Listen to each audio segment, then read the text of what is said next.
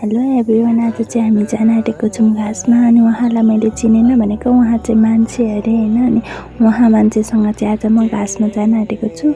हिजो चाहिँ हामी यतिखेर घाँसबाट आइसकेको थियौँ भने आज चाहिँ हामी भर्खर घाँसमा जान आँटेको छौँ। अनि म चाहिँ यता जाँदै थिएँ क्या कचियाहरू निकाल्नुलाई। अनि कचियाहरू निकालेर चाहिँ यता देखाउँदै थिएँ र बहिनीले चाहिँ यता साबुनको डल्ला खसाइ पठाउनु भएछ। मलाई कस्तो हाँस उठ्यो। अनि मैले यता देखाउँदै थिएँ नि त उसले साबुनको डल्ला त्यहाँ कुखुरा घरमा राखेर खरेर भाग्यो। अनि म चाहिँ यता आएँ नि त डोको लिनलाई, डोको थिएन कटेरमा। अनि उहाँ चाहिँ जिम्नेसम्यान मलाई बाटो देखाउँदै हिँड्नुहुने अरे। नि म चाहिँ पछाडि डोकुमेन्ट भएर रुँदै हिँड्दै थिएँ। अनि हिजो चाहिँ हामी यहाँ घाँस काट्न आएको थियौँ। अनि हिजो यहाँ अलिकति घाँस उब्रेको थियो र त्यही काट्नु पर्यो भनेर आएको थियौँ। त बुढाले हिजो काटिदिनु भएछ। अनि यता मेरो घाँस किन काटिदिनु भएको भन्दै भनेको त यता काट न यता भन्नुभयो। उहाँ हेर्नुहोस् न मेरो बुढाको अनुहार पनि फेरि भगवान्।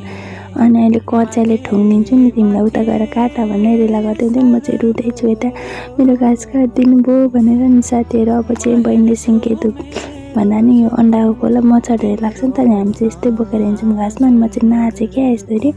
अनि मच्छर लाग्दै थियो। अनि मैले चाहिँ खोले त ताने। अनि चाकतिर टोकिदिन्छ होला ऊ भन्ने म चाहिँ हल्लाउँदै थिएँ सिन्के दुधको उयो। अनि म चाहिँ यता घाँस काट्न गएँ। छिटो छिटो गरेर घाँस काट्नु पर्यो भनेर म चाहिँ हतार छिटो छिटो गर्दै थिएँ नि त। अनि खेताला पनि जानु थियो। अनि घरमा पनि अलिअलि काम हुन्छ, बडाल कुडालहरू पनि गरेको थिएन। अनि घाँस काट्दै थिएँ। अनि बुढाहरू पनि गइसक्नु भएको थियो। अनि गइसक्नु सबैजनाले छोडेर गइसक्नु भएको थियो। बहिनी पनि खोले काट्न आउनुभएको थियो र गइहाल्नु भयो। म चाहिँ एक्लै डराउँदै यहाँ फेरि तर्साउँछ नि त कहिले कहिले त एक्लै मान्छेलाई त। बाँदरहरू पनि त्यस्तै आउँछ। अनि बाँदर आउँछ भन्दै म चाहिँ डराउँदै छिटो घाँस काट्दै थिएँ। अनि यता उफ्रेर जान्छु घाँस काट्छु हुँदैन, उता जान्छु घाँस काट्छु हुँदैन, डर लाग्छ। सुनसान छ, आकाशमा पानी पनि पर्नु लागेको छ। अनि डराउँदै काट्दै थिएँ। अनि बहिनीलाई भने नि त दादालाई घाँसको बारी ठेल्नु चाहिँ पठाइदिनु ल, म आइहाल्छु भने। अनि पठाइदिनु भयो होला भन्दै उता हेर्दै गर्दै थिएँ, घाँस काट्दै थिएँ। अनि यता कुनातिर अलिक बाक्लो घाँस भेटेर त्यता काट्दै थिएँ। अनि कचिया पनि भुत्ते छ नि त हाम्रो चाहिँ। अनि अप्ठ्यारो भइरहेको थियो।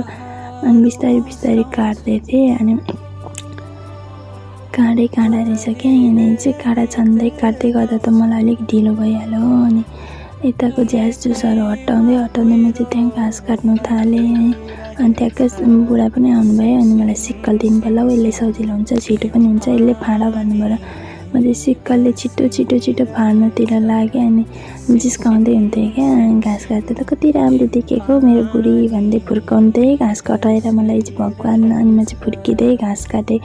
यता कुनातिरको अनि सबैतिरको घाँस फाँडफुट पारेँ। अनि काँडाले हात खोज्दै भए पनि म चाहिँ पुरा फुर्किँदै घाँस काट्दै थिएँ। अनि छिटो घाँस काटिसकेर चाहिँ अब म पनि जान आँटेको, लुङ्गी पुग्लिसकिसक्यो। अनि अब चाहिँ म घाँसको भारी बोकेर गएँ साथीहरू। मेरो चाहिँ भारी पुग्यो आजलाई यहीँसम्म। Tata bye by.